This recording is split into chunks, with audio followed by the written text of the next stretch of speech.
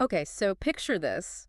You're dying to hike the Inca Trail, right? But your bank account is whispering something about ramen noodles for the next year. It's a common dilemma, isn't it? That pull between incredible adventures and your budget. Mm. But here's the thing, it doesn't have to be in either situation. And that's what we're diving into today. We've gone through a ton of travel articles, budget travel tips, and we're here to give you the inside scoop on making those dream trips a reality. Yeah, and what's so fascinating is how accessible adventure travel can be with a little bit of strategy. Mm. It's not about luxury, it's about pushing those boundaries. And that can absolutely be done on a budget. Love that. So first things first, our sources all seem to agree on this. Choosing the right destination is key. Absolutely. Yeah. You might have your heart set on Machu Picchu, right? But let's say you're open to other ancient ruins. Huh. Have you ever considered exploring the Lost City in Colombia? The Lost City. Yeah. It's often called like Machu Picchu's budget-friendly cousin Hmm. because you get a similar experience, that trekking experience with stunning scenery, but your money's going to go so much further. I am already seeing the value in this deep dive. So besides the actual destination, what other factors play a role in keeping those costs down? Timing is huge. Hmm. We often fixate on the where of adventure, but the when can seriously make or break your budget. Okay. Let's stick with Machu Picchu. Going during the rainy season, which is January, February, might sound a little risky, but flights and permits are going to be significantly cheaper. Yeah. And hey, a little rain makes for dramatic photos, right? It's a perspective I hadn't considered. Okay, so we're being strategic about where and when we travel. What about the how?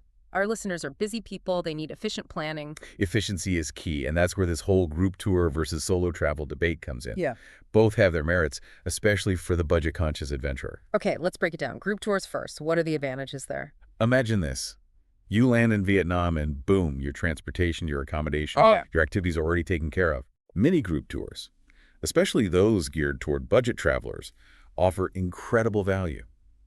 They bundle everything together at a lower cost than if you booked it all separately. Less has potentially more savings. That's tempting. But I imagine you're giving up some freedom and flexibility. Yeah. With a group tour, you're on their timetable. You're on their route. Yeah. If you'd rather spend an extra day just soaking up the atmosphere of a local market or venturing off the beaten path, you might feel a little restricted. Right. There's that trade-off, convenience and cost savings versus having the freedom to wander. It sounds like independent travel really appeals to those who like to forge their own path, which can be incredibly rewarding, but maybe a little more demanding when it comes to planning.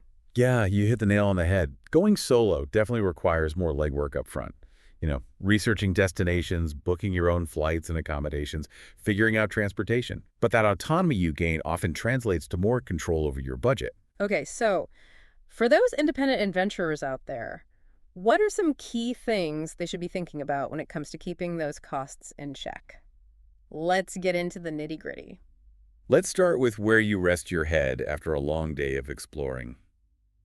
Hostels are a backpacker's best friend. Yeah. Budget-friendly, they're sociable, and often located right in the heart of the action. Plus, many hostels have kitchens, so you can whip up some of your own meals instead of eating out 3 times a day, which can be a huge money saver. Yeah, I love that communal aspect of hostels. You never know who you might meet or what local insights you might pick up over breakfast. Exactly. It's all part of the adventure. Another tip, embrace local transportation. Ditch those pricey taxis and opt for buses, trains, or even better, rent a bicycle. Right. You'll experience the destination like a local, save money, and get a little exercise in. Speaking of experiencing the destination, our sources are bursting with ideas for budget-friendly activities. Let's dive into those. I am all about that free hiking and trekking life. Are there really amazing trails all over the world that won't cost you a dime? Absolutely. National parks are like a treasure trove of hiking opportunities. Right. In the United States, for example, a National Parks Pass, which is about $80 for the entire year, gives you access to over 2,000 federal recreation sites, including all those iconic national peaks.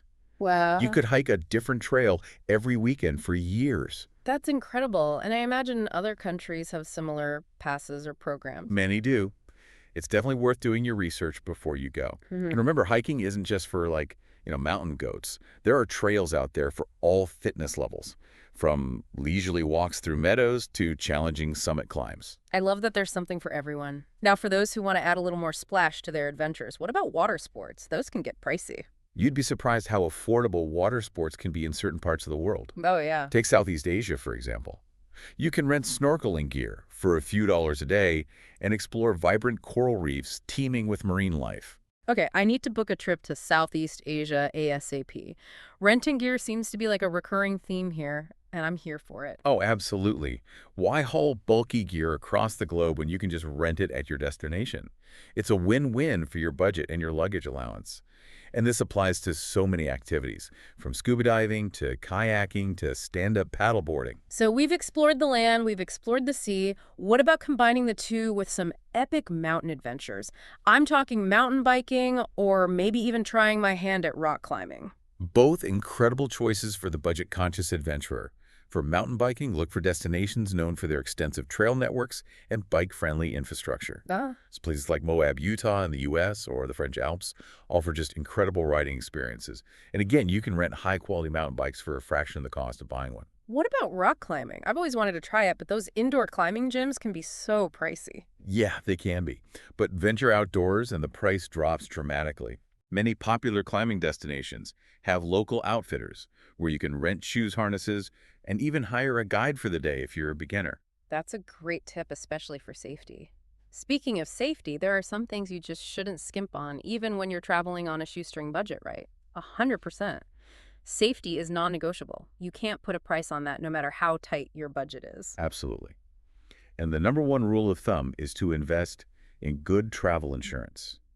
It might seem like an added expense up front, but you should really consider it an investment in your well-being.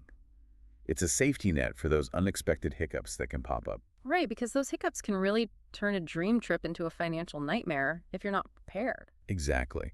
Imagine getting injured on a hike, Mhm. in a remote area, or having your backpack stolen with all your essentials in it. Travel insurance can literally save you thousands of dollars in medical bills or replacement costs. It's worth its weight in gold. I've heard horror stories about people needing to be airlifted out of remote areas because they didn't have travel insurance. It really makes you realize how crucial that safety net is. Yeah. What about gear? Are there certain items where quality really matters, even if it means spending a bit more? Absolutely. When it comes to safety gear, don't try to pinch pennies. Invest in a good first aid kit, a reliable headlamp, especially if you're planning any night hiking or early morning treks. Yeah. And of course, sturdy and comfortable hiking boots if you're going to be hitting the trails. Yeah, good footwear is key. I've learned that the hard way.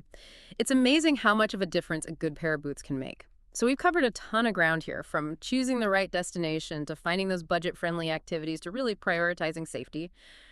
What's the biggest takeaway you hope our listeners walk away with today? That adventure travel doesn't have to break the bank. It doesn't have to be synonymous with these expensive, extravagant trips. It's really about pushing your own personal boundaries, trying new things, and creating those unforgettable memories. And with a little planning and some resourcefulness, you can experience the world without emptying your wallet. I love that. So to all our listeners out there, get out your maps, start researching those dream destinations, and remember, adventure is calling. And it might be closer and more affordable than you think. Happy travels.